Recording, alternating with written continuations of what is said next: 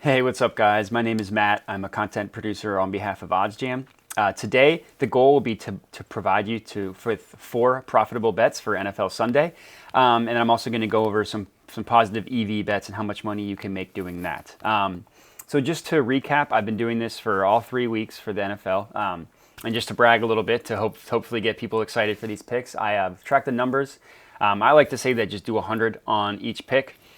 And if you do that, I've gone 9-3, and you would have profited $630 if you would have done that. So today I will be adding 4 more to this list.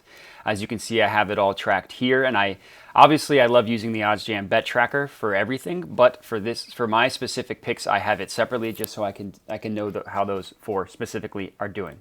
But before I get into my picks, I just kind of want to highlight positive EV betting and how great that is for you. So I'm actually logged into my account. You can see that here. It says, "Hi, Matt." And I'm going to show you some of the positive EV bets that I've been placing and how much money I've made off of them. So last night's game, Jaguars-Bengals, wasn't that great of a game. I mean, 24-21, the Bengals had a nice comeback, but the Bengals didn't cover, which most of the money was, and the Bengals team total didn't hit, which is where most of the money was. So you would have thought, oh, maybe the markets, maybe the sportsbooks won. Well, not if you had OddsJam. So if you're looking at it, these are the bets that I place. So everything, let's see if I can, unfortunately they have it by created time. I can't filter it by game. But the first bet I placed, right here, Trevor Lawrence, under 1.5 interceptions. I risked 58. My stake was 96. The next one, Joe Burrow, over 1.5 touchdowns. Risked 90. The stake I got back was 142. Scrolling up higher, so these were bets I placed on my own. The Bengals -7. Chart Bengals over, those didn't hit, so I lost that. But looking up, Lawrence under 1.5 touchdowns, that hit. Unfortunately, the completions under didn't hit, but Tyler Boyd over hit. Jamar Chase hit, and I did a odds boost that hit as well that I highlighted on one of my videos. So that was just for some normal, boring Thursday night game that I never would have placed those bets myself if I didn't have OddsJam, if I didn't have the tool, and because of that. I profited $106 yesterday, and that's if you take out my own personal bets, which I maybe should just stop doing my own. I would have profited $206. So in one night of betting, I could have made my money back on how much I pay for how much you can get the monthly subscription to OddsJam for. And if you look at the positive EV plays, I like to do is just sort it by the percentage. So I mainly like to bet on football, soccer, and basketball. So that's all I have here. Obviously, anything that's the higher the percentage, the better it's going to be. So like if you're looking at some NFL bets, Jared Goff, longest completion over 35.5. Looks like the value is on the under. And that makes sense because he's playing the Bears, who, despite Matt Nagy being a buffoon and a moron, they do still have a good defense, right? And Jared Goff isn't one to chuck it deep. He's not with McVay anymore. He doesn't have Cooper Kupp or Robert Woods or any of those guys. He's got Quintus Cephas, and he's got his running backs who are good, but they don't normally count for long completions, right? So if I want to bet this Jared Goff one, I just click this calculator right here, and it tells me exactly how much I should bet on it. So if you go back to my bet tracker and you're wondering why I'm placing the value I do, it's just because of this. So I should place $35 on this bet right here. I keep the Kelly multiplier at 1. You could do a half or a third if you want, but I keep my bankroll a little bit lower. I only have it. I should probably up that in the coming weeks, but right now I have it at a lower amount. So this bet's got a 56% of winning. You should put about $35 on it. But let's say you get a DraftKings profit boost, and you can get this at even money.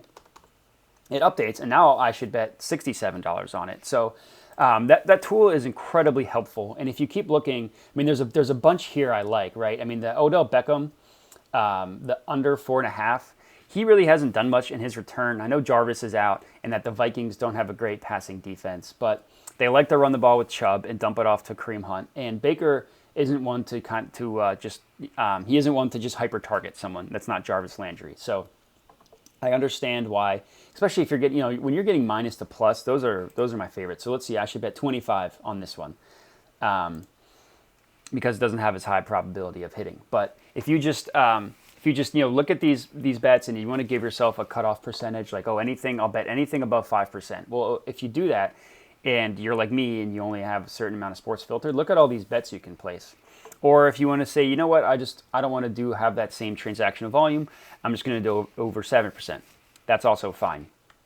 So I've been doing this only for I wasn't able to bet for week 1 because I unfortunately had a prior engagement. I had to miss NFL week 1, but I've been doing OddsJam plus my own picks for the past 2 weeks. So for weeks 2 and 3, and then also Thursday night.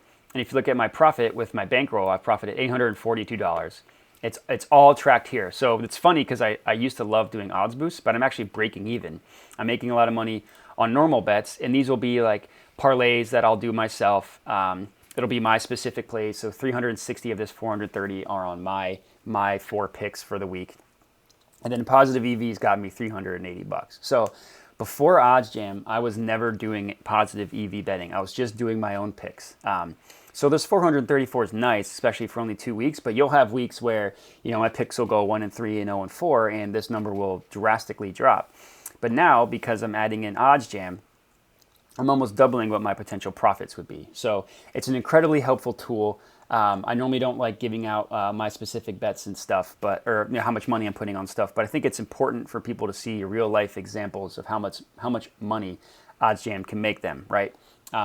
So I love it. I've been using it, like I said, only for 2 weeks, and I've almost profited $1,000, and that's with a lower bankroll. So if you guys, you might have a higher one that's probably double, triple mine. Obviously, that number goes up as well. So. Sign up for the industry plan. It's incredibly helpful. I haven't even gotten to any of the other options that you see here that we've gone over in other videos. I just wanted to highlight the positive EV betting, how profitable it can be. And, I like how they have the last updated. So, let's say I step away from my computer for a couple hours. I come back, I refresh it. And, it might be different. I've seen that plenty of times in the matter of minutes. So, you'll see one that'll like some random odd, Pinnacle will change their odds the quickest. That's why they're the sharpest. And some books haven't caught up yet. So you'll catch some 16. I've seen something as high as 30% that I was able to lock in the minute. It's pretty impressive. It's incredibly helpful. And if you like making money betting on sports like I do, it's an amazing tool. But now to get into my favorite part and the 4 picks. So if you haven't followed along yet, I would make sure to check out those videos just to see what I picked and my logic for why. But I do one lock, and my rule for the lock is that it can be no worse than minus 200 odds. So, for this week, it'd be no fun being like, lock, I think the Bills are going to win. Well, yeah, they're minus 1,600. Of course they're going to win. So it has to be minus 200 or better. And it can either be a situation like here where I just bet I just put it on the Bears money line, minus 145. Or it's a situation where, like the Chiefs or the Titans, where I bet the spread down a little bit. So let's say I make the Titans, if I want to bet it down, I make them minus 3.5 instead of minus 6.5. I get that at minus 170. So that's the logic for the lock. For the dog, they just have to be plus money line. So it can't be a situation, I don't know if the odds have changed. So before this game right here, the Falcons and football team, it was neither team had plus odds, so that wouldn't fly. Then I do one player prop and one game prop. The player prop one is pretty easy. I just try I only try to do stuff with plus money because player props are so hit or miss, and you get a ton of value out of the player props on here. And that's why I like it. And then the game prop, kind of similar. Sometimes I'll just do a game total, like I think this week's one is. But the last 3 weeks, I've just done a team total. But I just wanted to switch it up. I found an over I really liked, a little sneak preview. So as I'm going through the slate, the first thing that jumps out to me, Eagles-Chiefs. So that's actually was Chiefs minus 7. I'm surprised it's been bet down to 6.5. And just to be clear, I'm using DraftKings because it's my favorite layout. But when I actually place the bet, I'll show you what I do. I'll go to the odds. I'll go specifically to the NFL, and I'll click the game. I'll click point spread, and then I will find the best odds I can get. So let's see. I could be an idiot, and I could bet minus 110 for minus 7 on BetMGM, or I could be a sharp better, and I could get minus 6.5 on DraftKings. So another tool that I've highlighted in previous videos that you're immediately seeing value for. So for my lock, normally I like to bet the spread down a little bit, but It didn't really make sense because I couldn't get the Chiefs to be -3. Unfortunately, that would be, I guess I can now. They're -195, but that's close to the -200. I don't like it too much. So I'm instead just going to take the Chiefs lock at -6.5. It's a little risky making a spread that high, but as you can tell, I'm an Eagles fan, so I've unfortunately had to watch their last 2 games, and their offense is broken. They look terrible. Jalen Hurts is either inaccurate or he has no idea what he's supposed to do with the ball. They ran the ball 3 times against the Cowboys, which I'm not one of those people that's like a hard nose. You got to run the ball or any crap like that, but it just kind of shows that they don't really know what they're doing. And the logic behind that was, which I actually find sound logic. The coach Nick Sirianni said, "Well, we knew we were playing a good offense, and we knew we had to pass the ball to keep up." That's fine. I like the logic, but the problem is Nick Sirianni had 2 opportunities to go for it on 4th down and plus territory. I think it was both 4th and 5, and he decided to punt. So he's only, he's a new head coach. He's only 3 games into it. I don't think that he's like the worst coach ever or that he's not going to ever be a good coach, but there's definitely some growing pains. And the Chiefs, they struggle on defense. The Eagles have played 2 bad defenses, and they haven't been able to do anything on offense. So I don't think the Eagles are going to be able to score a lot.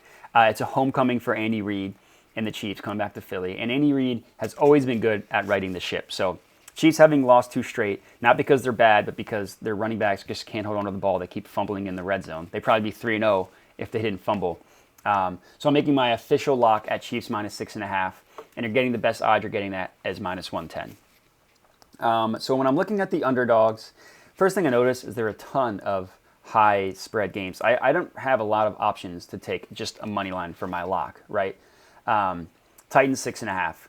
Cowboys were -225. Saints -320. Obviously the Bills I showed you. I'm not picking the Bears or the football team to win because they both look terrible. Browns at the Vikings, I thought maybe for a lock for the Browns. But for the underdog, I had a decent amount of options. Like, I like the Vikings to win. I like the Lions to win. Scrolling down, but what I'm choosing officially is the Seahawks +135. That's going to be my official underdog of the week. I know this one's profitable because if you look at go to Pinnacle, the sharpest sports book out there, and you check what the true line should be for the Seahawks, it's lower than that. It's +134. Again, that's not crazy. You're not getting a huge difference between the +134 and +135, but my rule is I won't make one of my 4 picks something that's not sharp, that's not profitable. So, like I said, you're not getting a huge one for that, but I think it's a good pick, and sometimes as long as it's a positive value, I'll use my football intuition and I'll bet it, even if it's not the highest percent. In this case, I think the 49ers are totally fraudulent and overrated. They're banged up, which seems like evergreen. Kittle might not play. Elijah Mitchell might not play. And then you're looking at their cornerbacks they were starting Josh Norman, who's now hurt, and he might miss the game. Their other starting quarterback is out. They lost their best, cornerback for the year in Jason Verrett. They're just weak in the secondary. And they do have a good defensive line, but they can't cover anybody. And against the Seahawks, who have 2 of the best receivers in the game, one of the best quarterbacks in the game in Russell Wilson, I think the Seahawks are going to be able to put up a ton of points. And on the flip side, while the Seahawks defense, they look like they have no idea what they're doing, Jimmy G has missed open receivers the entire season. He has been awful. That Eagles game, they put up 17 points 2 weeks ago. They could have put up a ton more if Jimmy G was better. And then last week against the Packers, he mounted that drive at the end to get them the lead, which they ended up losing anyways. But they could have been up by a lot more if Jimmy G just played better. He's missing receivers. He's supposed to be accurate, and he's not. I know this is an away game for the Seahawks, and they've lost 2 straight, which is a little risky. But Pete Carroll has done wonders with the Seahawks head coach in getting them the rebound. They're notoriously slow starters, but they normally don't start this bad. And I am just fully out on this 49ers team. So for my underdog of the day, I'm going with Seattle. For my player prop, again, I scanned the positive EV bets to see if I could find a good one. I found a really good one that unfortunately isn't as high a percent as it was, but I was able to lock it when it was a high percent, and that's this one right here. Pat Mahomes over 2.5 touchdowns. So they have, right now the Pinnacle has it at +100. I got it at +110. It's been bet so much that if you want to get it now, QB props. If you want to get it now, you get over 2.5. It's -115. So I got it at +110. It's now -115. So unfortunately, you're not getting the positive value anymore. So that was going to be mine, and I saw it here, but now it's not. So if I'm looking at the positive EV page, I'm looking at player props. One that I really liked is the Josh Allen completions under 24.5. So as you can see, OddsJam has it, Pinnacle has it at minus 123. You can get it at plus 105 on Caesars. That's a great bet. The reason why I like that is because, as you can tell from the spread, they're playing the Texans, and that they're now up to 17-point favorites. So they're supposed to blow out the crap out of the Texans, which I believe they will. And I know that the attempts might be, or the completions might be a little risky, 24.5, because Josh Allen's a great quarterback. But when you look at the matchup, they're not going to be throwing the ball a ton, which I know sounds counterintuitive with the Bills, but because of how big of a blowout I expect this game to be, but Josh Allen might not even play in the fourth quarter. He might not even play in the second half. They might be up 35-0 at halftime. And if you look at Josh Allen's stats, just real quick, this is what I do when I'm doing my research, just to kind of walk you through it. So if you look at his completions, you go to game log, he said 30, 17, and 32. So you might think, well, he's gone over that amount 2 of the 3 games. Why are you picking that one?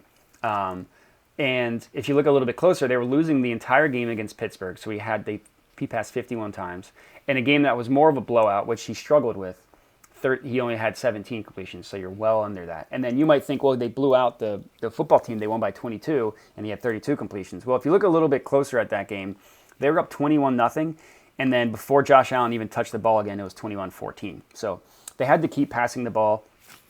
And specifically for this game, Washington has a great defensive line, so they weren't able to run it as well. Not that they're a great running team, but they just didn't run the ball at all. So again, I would imagine they'd get out to a quick lead against the Texans. They continue running it, and Josh Allen completion goes under the 24.5. So that's my official player prop. Best odds you can get that at plus 105. And the last one, the game prop. This one I struggled with. I couldn't find one that's positive value, and then I finally ended on the Cowboys-Panthers over 50 points. So my logic for that is right now the Panthers have the best offensive and defensive, they have the best rating defensively in DVOA. They have it both best passing and rushing defense according to DVOA. But to me, that's a little bit of fool's gold. One, they lost their best cornerback in J.C. Horn, which is a tough loss for them.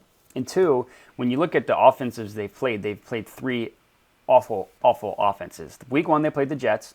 Zach Wilson's terrible. Week 2, they played the Saints. And Jameis Winston, he's been weirdly efficient passing the ball, but he's been terrible yardage-wise. He hasn't been able to do anything great. So just because Jameis is fun, he's not been good. And then last week, they played the Texans with Davis Mills as their starting quarterback. So this week, the Panthers finally go against a good offense in the Cowboys. I just watched them absolutely shred my Eagles. They've shredded the Bucs defense, and despite a low point total, they shredded the Chargers defense. They're going to be able to put up points, right? And, so the best odds you can get on the over 50, I'll show you right now. You can get it at minus 133 at BetMGM. So I bought it down a little bit. Like if you look at DraftKings, they have it at 51.5. I bought it down a little bit to get it to that round number at 50.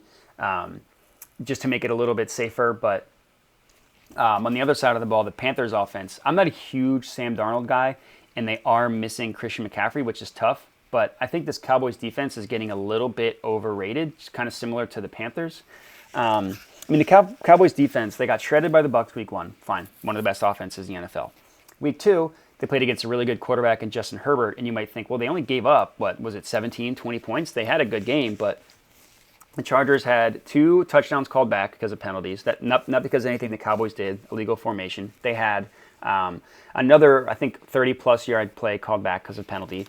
And they had multiple calls that went against them. The Chargers had multiple calls the refs called against them that were terrible. I was listening to a podcast that a Cowboys fan was recapping the game, and he was like, man, if those calls went against me, I would have lost my mind. So even a Cowboys fan was able to admit that those calls were terrible. And then last week, the Cowboys defense did play well, but it was against that garbage Eagles offense that I referenced earlier. So I don't really think that they're a good defense. I think the Panthers have a lot of weapons, especially at receiver, that they can really, really exploit this Cowboys defense. So, like I said, I bet the total down to 50 to make it a little bit safer. Over 50, I'm getting it at minus 133 is my official game prop of the day. of Sunday. So to recap, the lock Chiefs minus 6.5. Underdog was Seattle. I believe the best odds were plus 135, but let's confirm. The player prop is Josh Allen under 24.5 completions. Let's see, Seahawks plus 135. Okay, and then the game prop, as I just said, is Cowboys Panthers over 50. So if you're tailing, I would love to hear it. I'd love to hear what you guys think. What I got wrong, what I got right, what your thoughts are, what your picks are, any locks that you have. You can find me on Twitter at Modi_sports. You can also send me an email at modisportsanalytics@gmail.com. And the Modi is just my last name spelled Modi. And yeah, that's all I got for you. Happy betting, happy watching, and good luck.